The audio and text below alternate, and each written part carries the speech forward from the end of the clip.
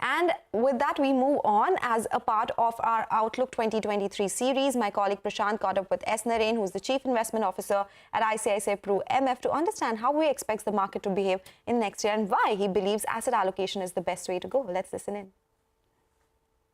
If you look at the last month, what we saw was that debt index fund have received huge inflows, and that's something which possibly as a product didn't exist 2 years back.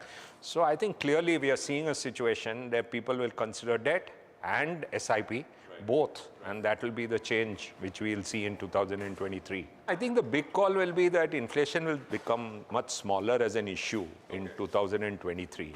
And therefore, we are in a situation where multi-assets become very interesting, that you consider all the asset classes. You consider a product like multi-asset, which can invest in debt, equity, gold, silver, REIT, InvIT.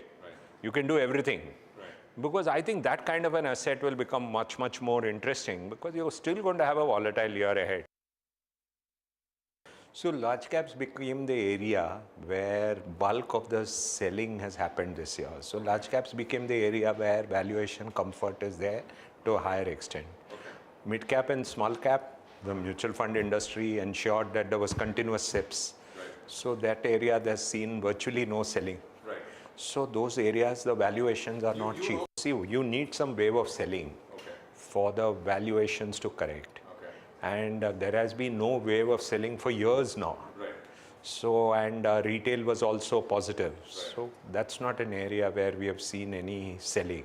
Once you see selling, the sector's valuations correct. So that's why we prefer large caps over mid caps and small caps. No, I actually told them you have to take tactically smaller positions, and it helped us a lot. If you look at it in the last 1 year, the fact that, people, the old fogies like me ensured that we took smaller positions helped us a lot because many of them corrected 50, 60%. And now we told them, look at everything with an open mind. And if you look at it, some of those new age companies, we would have our highest ever position today after a 50% fall, not 1 year back. All right, that is our Outlook 2023 series. Of course, you will continue to get excerpts of this conversation through the day only on CNBC TV 18. And with that, it's a wrap on this edition of Power Breakfast. Do stay tuned. Bazaar Morning Call comes up next.